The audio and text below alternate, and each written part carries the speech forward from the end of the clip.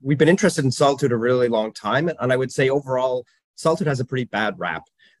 Even going back to biblical times, there's a line in the book of Genesis that said, "And the Lord God said, it is not good for the man to be alone." I think one of the prominent themes in the historical study of solitude is that solitude is bad. And to agree, to a degree, that's certainly understandable. People who particularly spend time in unwanted solitude, who are isolated from others, who are ostracized, who are pushed out of a group. I mean, this is not a positive experience, and it causes us to feel lonely and sad, and we know that long-term loneliness can lead to not only mental health difficulties but actually physical health difficulties. So we know that when solitude is kind of thrust upon us, when we are isolated against our wishes, it can have profound negative, implications for our health and well-being.